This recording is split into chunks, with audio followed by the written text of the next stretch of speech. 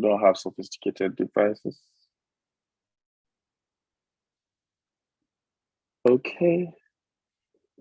All right. All right. So welcome everyone to today's live stream. Are we here? Yes, sir. Hello. Okay. Yeah. Let me take away the YouTube part of this so that my device will be fine. Okay, everyone, welcome to today's live stream. This is live from Sumy, Ukraine. So I don't know why I'm smiling, but it's quite a very, very urgent and ongoing situation in Ukraine. So maybe Minister Dr. Mayowa and Dr. Moses will be able to introduce themselves, tell us where you are right now and what's going on. Let's start with Dr. Mayowa. Yeah, I think you've done the introduction already now. Mm-hmm. All right, so I am John Ademayo Adebisi. I'm currently in Sumy, Ukraine, a graduate student specialized in pediatric surgery, and also a minister of the gospel. Yeah. All right. Mm-hmm. Over to you, Dr. Moses. Mm-hmm. Yeah, can everyone hear me? Yeah, I can hear you. So, yeah, my name is Fekintola Moses, and I live in Sumy, a 6th-year medical student right now. And I also happen to be the president of Nigerian Students Union in Sumy. And we are speaking to you right here in Sumy. Great. All right. So can you tell us, let's start with Dr. Moses as the head of the Nigerian students. Yes, Sumy. How many people actually are right now stopped in Sumy? How many people do we have right there in Sumy?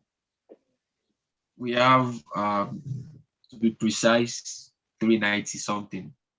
I'll put the value about 400. 400 Nigerian students. Yeah, in Sumy right Wow. now.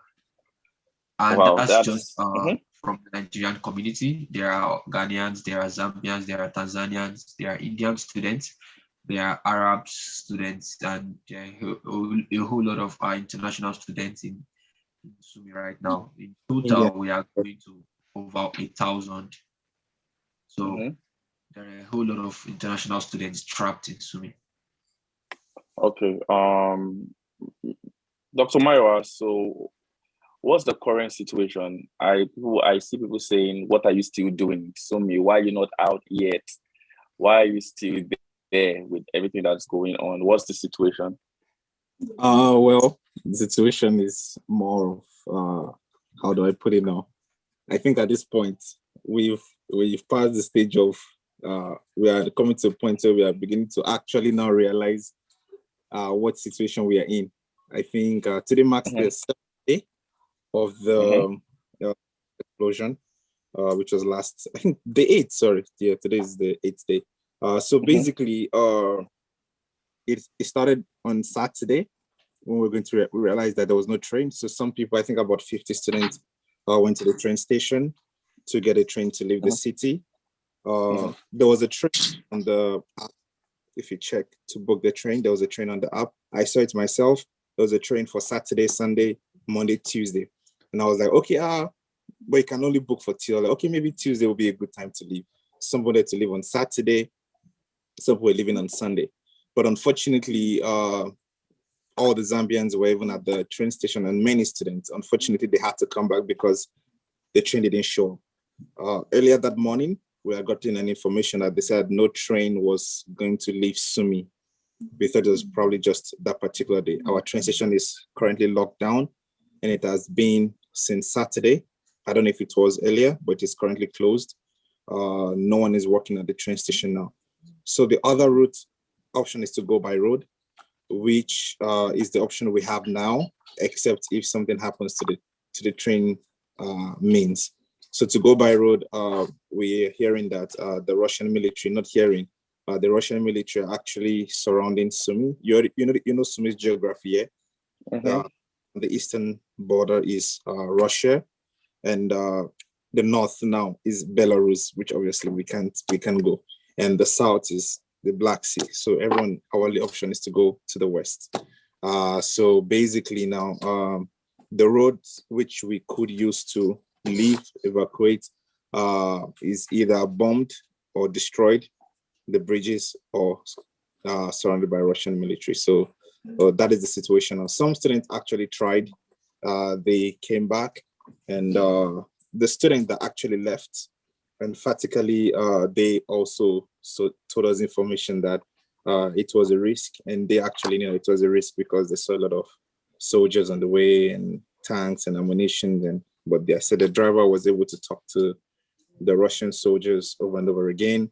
So apparently it's the same driver who has made the trip twice, but right now he is not ready to make the trip anymore. Oh, I see. So some people were able to make that trip, and we can confirm that there are Russian soldiers along the way. So Yeah. that's high risk because obviously they might have allowed some people to cross, but maybe something else may change along the line. Yeah, what they were complicated, apparently some other people have tried. I heard today, they got shot at. We have pictures, and apparently we heard that I think an Arabian family were trying to, the father, the mother, and the kids. We learned that the woman was shot right of her husband and the kids. So basically, probably risk. Wow, they were shot at. That's really it means it's actually really very dangerous to make that trip, really, because if you're gonna be thinking about, will I make it across? I don't know. It has to be very difficult because staying is dangerous, trying to leave is dangerous as well. Okay, let's ask Dr. Moses, how is life? I was currently just a couple of days ago still back in Ukraine, and we're in Kharkov. We could hear the loud sirens. Personally, from my window, I could see like fire shots on the air. Terrible, terrible sounds. So, how is the environment right now in Sumy? Is it just peaceful? Is it just quiet? And maybe how if you can help us describe the atmosphere around Sumy. Okay, I think I will start by saying this. Yesterday, I was I woke up because I had an explosion. That was how serious it was. And I could not sleep. Immediately I was on high alert, tense, just praying, muttering words, and basically that's the summary of how we live. There's explosions going on in Sumy. I mean, active ones. There are shellings in different regions. We see videos. In fact, we are being warned by authorities that we should stay. And even most times, like I would say half of the day is, you have to go in bunkers. So people stay in bunkers for most part of their days. The remaining part, they come out, maybe just take their bath, eat, and go back into bunkers. That is basically how we live. The city is under attacks. So now the situation is that, okay, there are Russian soldiers that are shelling in different regions, and there's explosions. So of course, it means we are going out with this mindset and a fear that something can just happen. You don't know what is going to land. You don't know where it's going to land. So there's agitation. We have to run. If we are going out, we have to literally run and like quickly catch a taxi if you can get a taxi. If you can't, find a safe space to be. At every minute you are out. So there's fear, there's tension, and also the civilians are literally guarding their cities right now. So because it's like they are manning their cities and they want to protect themselves. So civilians are getting guns. They are taking charge of the streets. So they warn us that streets are dangerous because, of course, we don't know how trustworthy it is to just have guns in the hands of civilians. We don't know what might happen. We don't know what may not happen. So there's fear of street fights, even apart from the main attacks from the Russian soldiers. So that is the current situation now. I would say mentally, people actually are tired and stressed and worn out. Emotionally, I've got friends that they were literally crying, and I've had to console some people that just take at. It's really hard, trying to just be in this state. It's not easy. It's really, really not easy. And the fact that hope as time goes on keeps getting less or keeps reducing, it's another fear that we have, because every single day there is this faint hope from one place or another, but as time goes on, it's just kind of dries down and it reduces, and you know it just keeps making our hearts sink and sink, and we're just tired. Okay. I will come back to you, especially on the question on what are the promises that you are getting, and what are the helps that you're trying to get by yourself, or maybe government promising, or local authorities. So I'll come back to you on that question. But quickly before then, I want to talk to Mr. Maiwa. Um, I have been able to in this season also have the opportunity to speak with parents and with people in this whole situation. How are parents taking it?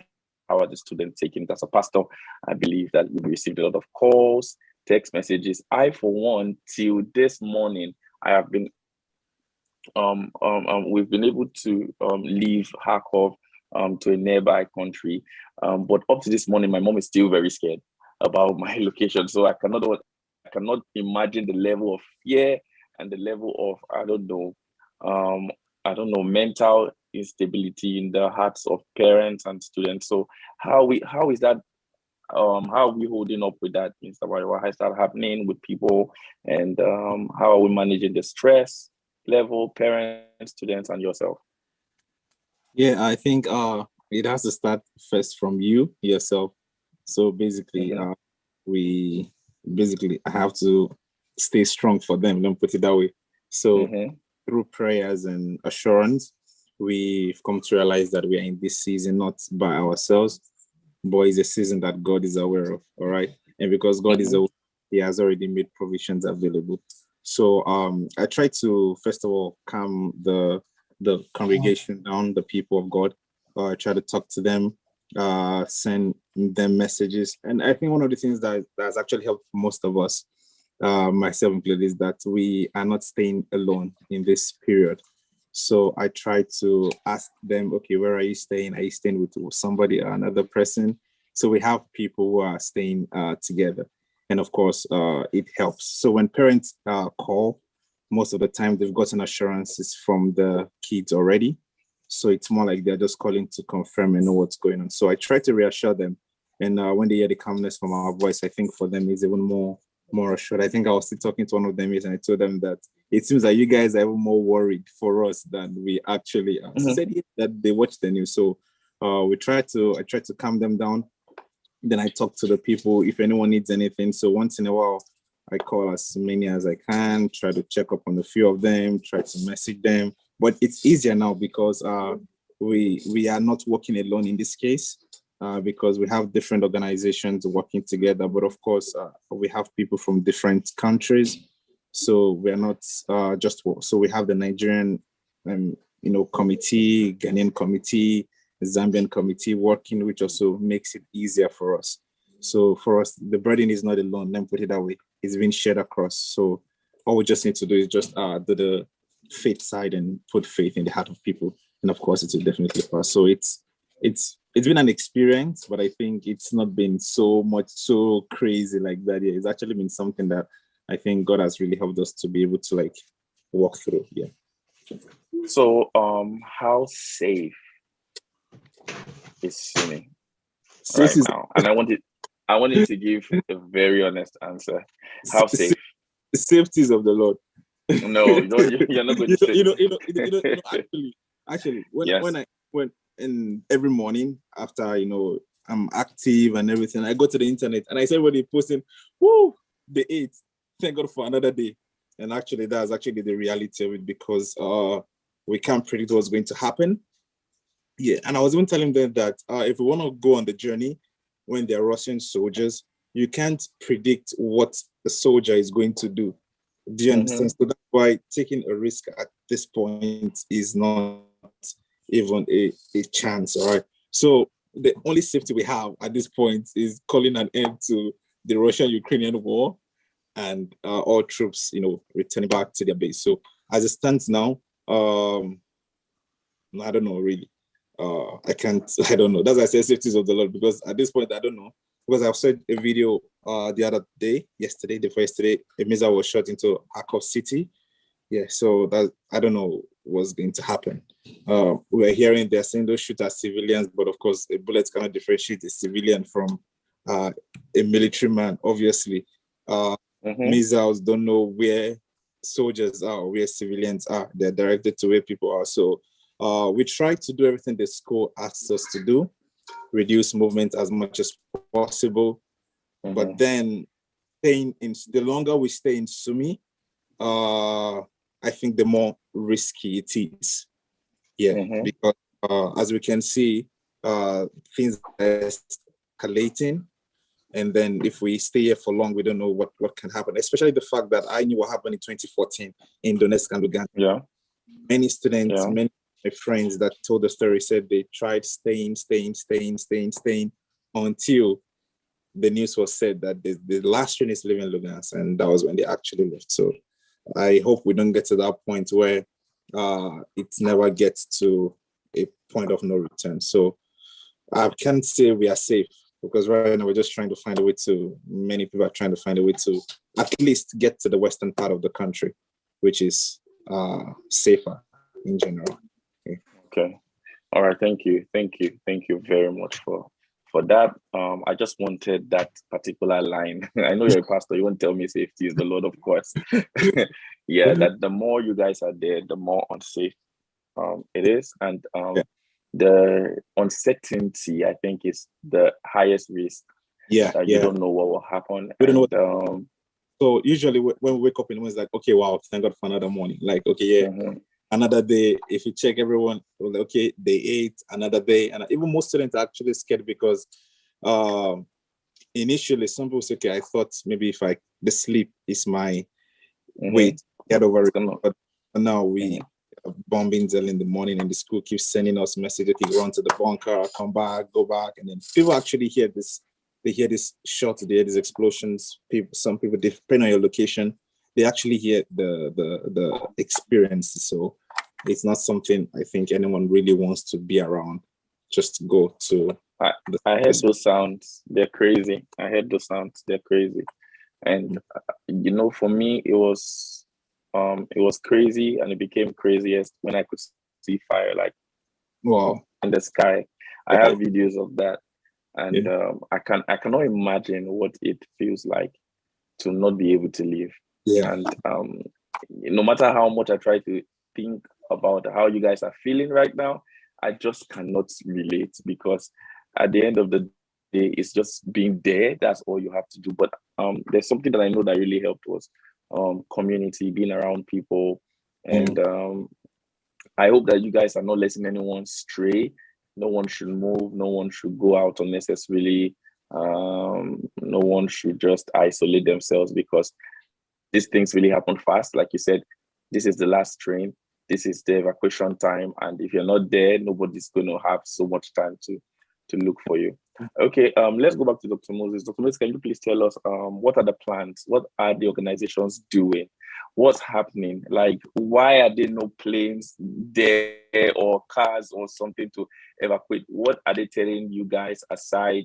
Stay put, stay calm, and when are they promising to get you out? Okay, thank you. So basically, there are a whole lot of levels, there are a whole lot of provisions that are being made. So I wouldn't say people aren't trying, but I think the message has not been clearly understood to the world out there. Because it seems to people like, as you said earlier on, like this, like, okay, why can't you leave? Why can't you move? Don't they have buses that can take you out, or things that can take you out? As Dr. Mayowa said, it's impossible. That's just the truth.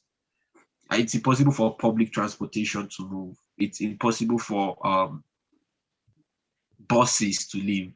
And as I said, that's one of the faint hopes that we get. People get there. I can't even tell you the number of bus companies and numbers. People share these things on social media. If you're in Sumy, call this number now. all those numbers, either when you call them, they don't pick, or they start giving you terms, and then they're like, okay, we don't know if you can come there, and just try and do this and try and call us again. And there's a whole lot of things. In short, there's an alreadiness from the public transportation, like buses, things that can take people in parks. And the reason is because I understand it's a risk. It's a really big risk. You can't enter because the state or the city has been sealed out. And that is what we are trying to tell everyone. As he said, the people that were able to make it, like, they really risked a lot. And it was just one cab that took 4 people.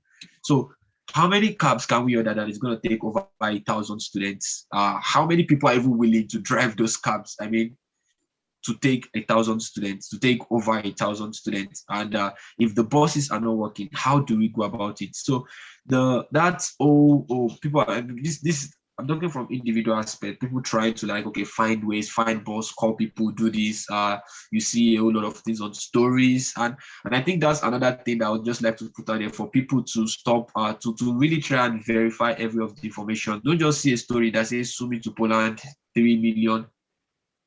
Sorry, I'm exaggerating. $300 screenshot and start sending to people. They are just, I don't know, they're just hearsays and things. We are the ones there.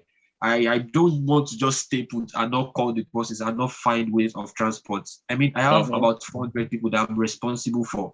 Those, they are not working. They are basically closed. So the option that is for us is, okay, we'll take it up. This is the next level I was talking about. We take it up to, okay, our embassies, of course, our government that can help us.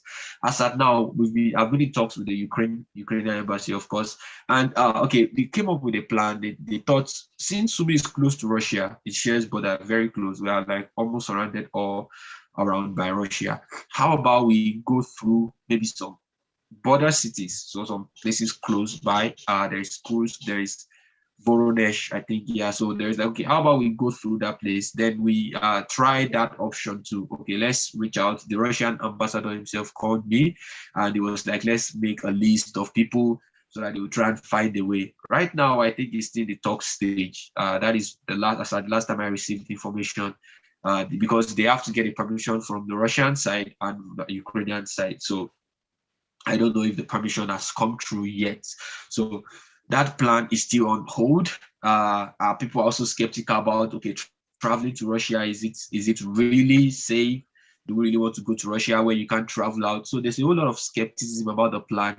Okay, then we reached out to the university through the embassy that, okay, provide buses for these students, let them be able to travel. Then the university just gave the answer that it's really unsafe. And the truth is, there are people that are even going to, like, drive the buses are not available. So they can't release, they can't give us, because of the fact that they know that it's not safe to use buses. Those are plans that are ongoing. Then, okay, there is another plan of how about we try and just maybe find coastal buses from different organizations. And I know as at now we've heard talks with Red Cross, we've heard talks with for example, Indian embassy just said, they mentioned in news that they are going to start evacuation soon, and that they are going to find a way with the Russian. They've already, like, I think the Indian are more like apt about it because of a news about an Indian student dying in Kharkov. So the military, they said they are going to send escorts with the students to come here. And so far, we've not seen anything like that. In fact, yesterday, as at yesterday, we saw a news too from the Ukrainian government that they are working together with international missions, humanitarian sources, to find a means of transport for us. But so far, everything has been at a block. It's been because we don't see anything, we don't hear anything, we don't know, like, all these talks, we just hear it on media. We don't see any follow-through plan. And which is, as I was saying, parents hear this news, parents see these things on this, and they just in their minds or in their thoughts, they think, oh, okay, the Ukrainian government has said they are finding an evacuation plan. In their mind, there are maybe 10 buses already that are ready to take students, but it's not like that. So everything everyone is saying is still talking, is still deliberating, is still thinking. as at now, there is nothing concrete that we are receiving from anyone. So I guess, or I can understand, is because everyone is stranded at the point that they can't really do anything concerning the situation. So I think really the only option, as Dr. Mayawa said, is the military has to go. There has to be maybe people that are like way above, government, people that I'm talking about United Nations, I'm talking about international federations that are high there, that could probably bring a ceasefire between these two countries, that could bring peace between these two countries. And then from there, we can find a safe passage to wherever we want to go to. Because right now, everybody seems to be talking about different plans and different modes of evacuations, but nothing has really come true. All right. So, in conclusion, if we're saying that there are no concrete plans to get you guys out, everything is just in talks, even as unsafe, and the city may run out of supplies, food. You never could know. Now you still have internet and light and warmth. That's good, but we never could know when any of these things could go out. And okay, in conclusion, let me ask Ms. Amaiwa, and I'll come back to you to conclude. Ms. Amaiwa, what can be done to help? How can we help from outside? What helps, like, do you think that can be offered at this particular time? I think basically for now, what we're just trying to do is create an awareness and make people outside actually going on. Because I've listened to the calls he's had and some interviews. Some people think it's a question of getting out. Okay, we are going to send people should try to get buses, but the point is the buses cannot even move. And even if we get, if it's not like a proper military one or something like that, we are probably at risk. I think 2 days ago, I learned a UN convoy was leaving Kiev, and that anyone who had a private car can join them to go with the convoy. I think a good idea. If the UN, we sent a message to the United Nations, they told us that we just need to get to the border. But our problem is we can't get to the border. We sent a message to the UN in Ukraine. The point is we can't get to where you're asking us to go to. The Nigerian government wants us to go to the border. We can't get there. The Russian embassy, the Nigerian embassy in Russia is telling us, okay, come to Russia, but we are responsible for you from Russia. The point is we can't. So how do we get to Russia? Between here and getting to the border, what's going to happen? So the Nigerian embassy in Ukraine is also stuck, because I feel like even for them, they didn't have a lot of help, because right here, this is not their jurisdiction emphatically. So basically, we just need to get the awareness there. We need the Nigerian government to really realize that we have over 400 Nigerian students. We want the Indian government to know there are Indians here. We have Ghanaians, we have Zambians, we have Zimbabwean people here. We have students from Ireland still stuck here. So we just need to get it out there so everyone can know that this is beyond, okay, some students trying to leave the country that don't want to go to the border. Some people think, okay, maybe students don't want to leave sumy, but that is not the point. People actually want to leave. Some people are tired of going to bunkers every day. Some people are tired of, thinking of supplies. Even today, some supplies had to be delivered to people. Things are running out from the store, literally, because water, now you can only get gas water right now. So really, I don't know who can help at this point, really, because almost every option we've tried has failed. NGOs can only support with finances.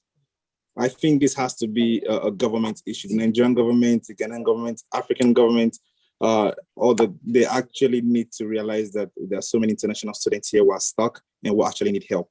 And the only way we can get help, I heard that there's a road that leads to Poltava, there is a road that leads to Uzgorod from sumy. If it is not damaged, it is guarded by Russian soldiers or Ukrainian soldiers. So we don't want to take the risk. So we need the government to actually step in and realize that something needs to be done. Okay. All right. Thank you so much. For Dr. Moses, is it possible for anyone who wants to reach you about the situation in sumy? Can I put your contact in the description of this video? Yes, definitely you can. Okay. How about how about you, Mr. Maiwa? What's up? Can we also put your contact in here as well? Yeah, you can. Yeah, you can. Okay. Any concluding words from you, Dr. Moses? Yeah, I would really like to thank Humanitarian Services that has reached out to us. You can mention them, please. If you have their name, feel free to mention. has helped in one way or another. I don't know. There's an activist in Poland that has been using some mediums to reach out to us. We've had NIDCOM, that's Nigerians in Diaspora Commission, reached out to us. We've had a women ministry. I really actually don't know the exact name. A women ministry in UK. They've reached out to us. BBC, Channel, Silverbird, every single person that is taking this up and taking the awareness serious. We are really grateful for those that are reaching out to send money. Dr. Chris Clown, yeah. So he's one of the person that also reached out to the association too. And we just really want to thank what they've done so far. And I'm saying even more than the supplies, even more than the money, and I think supplies can actually only last us a while. We need everyone on board.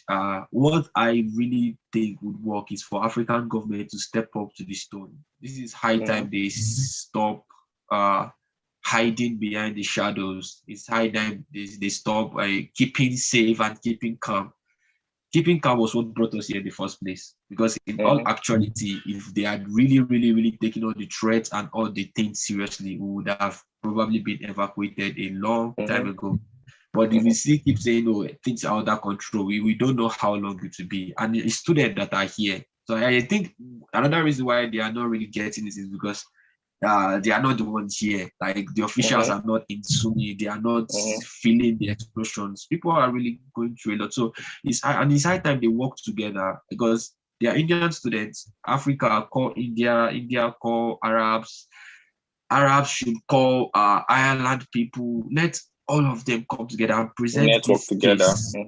Yes, and present this case in front of United Nations. They should present this case in front of organizations that can actually come to our aid, and they should come together and say, okay, this is the situation right now with these people. Before things start to get out of hand, really, things can get out of hand and we don't know. We just need them to come together and say, okay, let's face this. Let's talk about this in their meetings. Every time they have to sit down to sanction, instead of sitting down to sanction, they should sit down and find a way to save sumy students. That is what we are saying. Please help. Thank you. All right. Thank you so much, Dr. Mariwa. Thank you for the help you're giving to people. I know in this time as well, parents are calling, and you have to stay strong. And I pray that God will bless you and that this will all end in testimony. And everyone will be safe. Nigerians, Ghanaians, people from Ireland, from whatever continent, India, everyone will have a great story. Thank you so much as well, Dr. Moses. We're going to try our best. Everyone to put the awareness out there, and thanks for really explaining what's going on. We just want to encourage you people to keep staying safe. I don't even know what that means, to be honest. I'm just saying it doesn't even sound like it doesn't sound all right in my head, but well, for the lack of words, because I've not been to this level of what you guys are, but stay safe right now. Like, I don't know. How do you stay safe? Like, that's a very huge question, but I get out of sumy. Yes, the only way to stay safe is to get out. And sumy students need to be taken out right now. So thank you very much. I hope more people will raise this awareness, stay together as a community. I think that's what helped at our side, stay together, same people. Sometimes some people will crack some jokes, sometimes some will cry, sometimes everyone will be quiet, sometimes everyone's eyes will light up with like, what's next? But at the end of the day, this is going to end well. We pray that the government will step up as well and do what's right. Every life matter, and if there can be a coalition of instead of maybe people thinking of my country, if they can all come together at least to see what they can do, I believe that it's going to be amazing. All right, thank you guys. Should stay safe, whatever that means. And if you come across this video, please try as much as possible to share until we're making another video and we're saying sumy students are now safe. Let us make sure we get the word out there. All right, thank you everyone, and we'll talk